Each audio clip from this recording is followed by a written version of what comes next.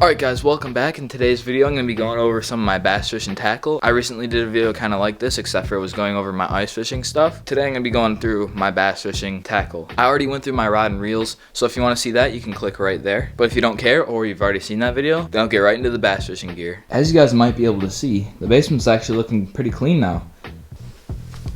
So yeah, I literally just put away the tripod, but I guess I'm going to have to extend this out again. Alright, I had to run upstairs, grab this bad boy. You guys will definitely be able to tell that stopped buying baits the last like 2 months of open water, because I didn't go fishing much in the end of October and November because the fishing is super finesse, and I don't have a usable boat. Obviously you guys know if you watch the channel that my John boat has holes in it, so I don't know, I couldn't get out to the middle of the lake where the fish were biting. I just straight up did not buy any fishing gear the last like 2 months, and so yeah, it's the end of January now, so it's almost been 4 months since buying any bass fishing gear. So yeah, I don't have much, but I'll show you guys what I have and what I'm planning on getting. Next year I'm gonna get double, triple, maybe even quadruple the amount of stuff I have now. Like obviously I have a tackle box. I usually am not much of a spender. I usually don't buy stuff until I'm out, you know? So I'll only have like 3 or 4 jigs until I have no jigs, and then I'll go and buy a few more. But that was last year. This year I'm spending a lot more money on baits. I know last year I was just kind of buying a bunch of filming gear and a MacBook, but that's for editing. So yeah, all that in total was about $2,000. So that's gonna basically, I've said this before, but that's basically gonna be the same amount I'm gonna be spending on bass fishing tackle and combos this year. Look closer view, this is the Red Gills fishing backpack. It's very comfortable. I can fish with it for hours, and it's actually decently heavy, but the way they design the shoulder straps, it doesn't like dig into your shoulders like other backpacks do. I know my friend 92 Outdoors always complains about his shoulders being sore after fishing for hours, and I'm over here chilling. And then we got a nice, I'm not gonna talk about this too much, I'll get into the baits in like a minute, but this is a nice protective sunglass case, so you can put your sunglasses in here and they won't, if you step on them, they won't get collapsed. This is basically like a little waterproof pouch right here. I always put my GoPro batteries in there. And then in there, the biggest section, you can see some Googan baits in there. I don't know, I don't have much fishing tackle, but like I said, this is basically like an eighth, maybe a tenth of what I'm gonna be getting next year. So I'm very dry, so I'm gonna be restocking my bag, let's just say that. I also have a lot of hard baits in the bottom, as you can hear. But yeah, then also over here we have a little water bottle holder, and it's nice because it has the cinch, so it's not gonna fall out. And then we have like 15 different pockets, little zippers. Yeah, and then in the bottom I have my hard baits, and in the side pouches I have like my scales, just like an ice box, stuff like that. Just terminal tackle, but I'll get into the good stuff. I'm gonna start with soft plastics, because if you guys don't know my channel, I'm a big fan of soft plastics. Like I said, obviously I don't have much, because here in Wisconsin, in the winter time, I'm not gonna be wasting my money on bass fishing gear I'm not gonna use. Here's basically all my soft plastics. Like I said, I'll get into the hard baits later. I'm gonna do them one by one, so it's a little easier, so I'm not spazzing out. And by the way, these are all Googan baits. As you can see, represent Googan. Huge fan. It's very inspiring that a bunch of fishing YouTubers got together, made a very popular brand, and also made a fishing brand. Like, that's just very inspiring to me, and I support that 100%. So most of the baits I'll buy are Googan baits, unless they're like out of stock or something. I've actually not used these yet. These are the Googan baits Rattlin' Ned. I'm not a very finesse angler. I like aggressive top water blow-ups. I love cranking a square wheel off the rocks. I don't know, I just love aggressive fish.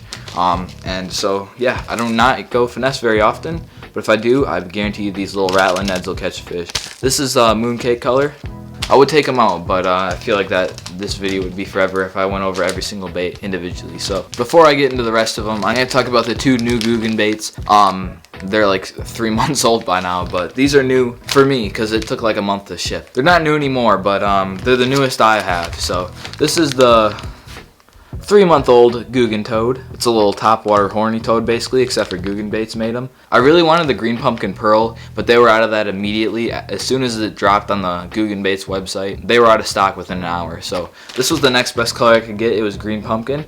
But as you can see, it's a little Googan toad. I've never used a horny toad either, so once it's summertime, I'll be able to throw this on a little buzz bait, or maybe just a Texas rig, I don't know. This is the Rattlin' Chunk. I think this will personally be my new favorite jig trailer in most scenarios. Obviously, it depends what scenario it is, but I'm thinking that most scenarios, first of all, the Kraken Craw currently is my favorite jig trailer. I just like the short and fast strokes of the Kraken Craw, and this is basically the Kraken Craw, but better as a jig trailer. it's not as good on a Texas rig. If you compare this to the Kraken Craw, it's not as good on a Texas rig, but this will definitely be better on a jig since it has that rattle. And this is in the Okeechobee Craw color, and it's also shorter. It's a little bit more compact profile, and that'll be a lot better for the jigs.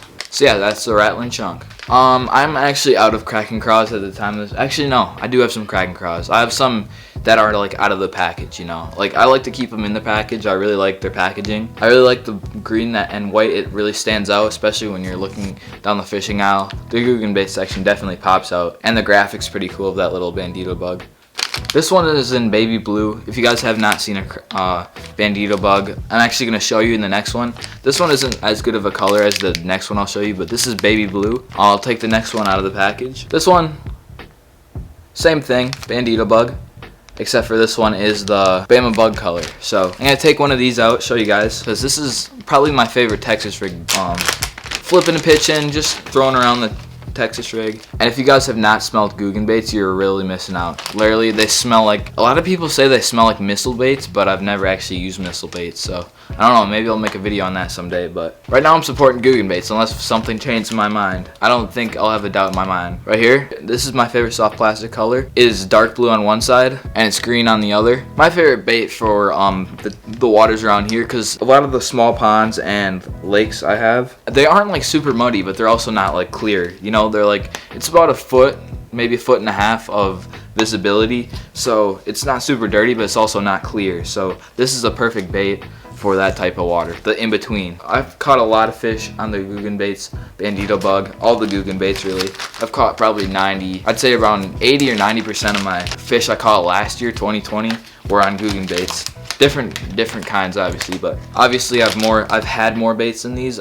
These are just the ones I haven't used because I go through these very fast. Yeah, I'd probably go through this amount of Googan baits in a week. But yeah, I'll show you guys some of my other stuff. I have a scale, but that's like in my room somewhere, and I'm too lazy to go get that. So I'm just gonna get right into the terminal tackle, some of the hard baits. And keep in mind, I'm not very organized. I have 3 of these hard bait boxes. I'm not gonna go super into detail. This one is like, I consider this the crusty one. I find a lot of lures just like laying on the shore that people forget, or they snag and then it floats up on the shore. Because look at the box, it just looks crusty. Definitely have had this box since I was born. But there are some newer baits in here. Like, some of these are pretty good. Look at that. Come on, camera, focus. There we go. I'm literally holding the lip of the jerk bait. So that's not very helpful. So as you can see, that's a nice little Rapala jerkbait. And I don't have many jerkbaits since I don't have much luck on them. I have a lot of Rapalas, but I also snag a lot, especially when I'm fishing the rocks. There's a lake by my house and it has a lot of rocks that are easily snaggable. And when you're fishing on the shore, there's like a 5% chance you're getting one of those things back. I'm not going to show you guys everyone individually, but this is a little spinner. We use those a lot in Canada. Look how crusty that is. Like, I just have some like crusty lures in here. This is just like the crusty box, in case you really care. But like you can see, I have this old ass frog that my dad gave me when he was a kid, and he said that his dad gave him that. So my grandpa got this when he was a kid. So this frog is definitely like 3 times older than me, and I've used it many times and it's terrible. I've never caught a fish on it, and the hooks are rustier than anything I've ever seen.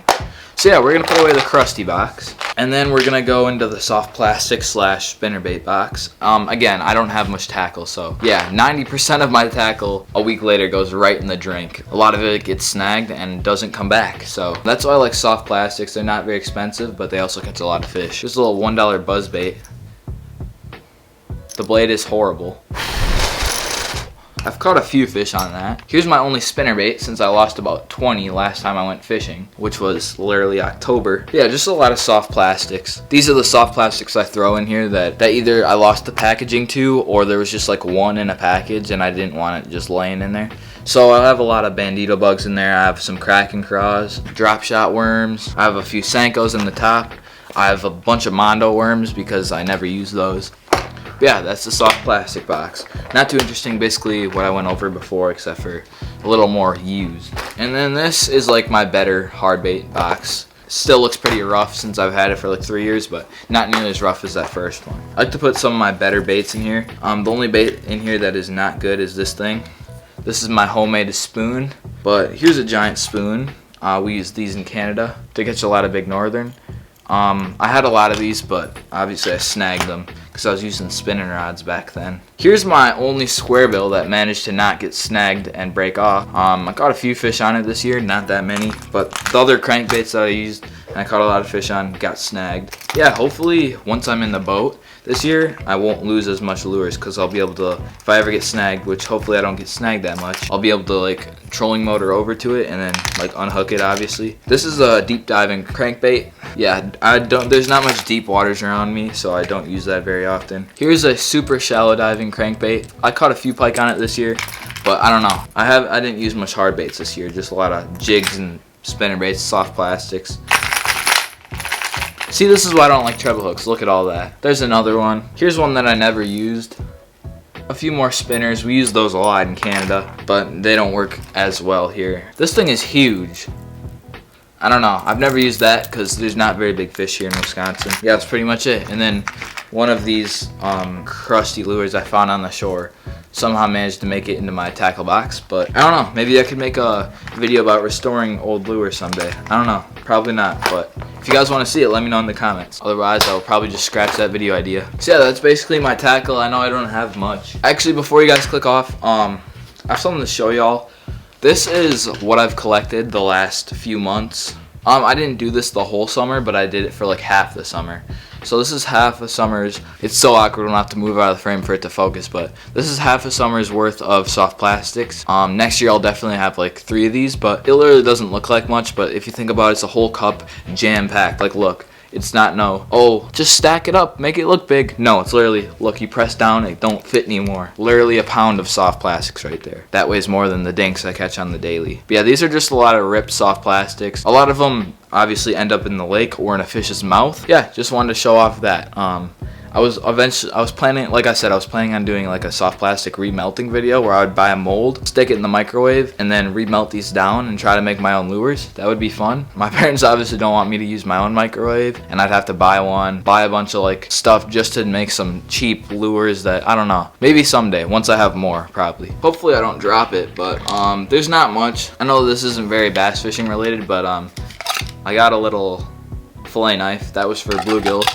I just use that on the bluegill catch and cook. So if you want to see an actual fishing video, click right there. That'll take you to a fishing video. This is just me talking about my stuff, obviously. I'm almost done here, but there's literally a centipede. There's something in there. I don't know if it's still alive.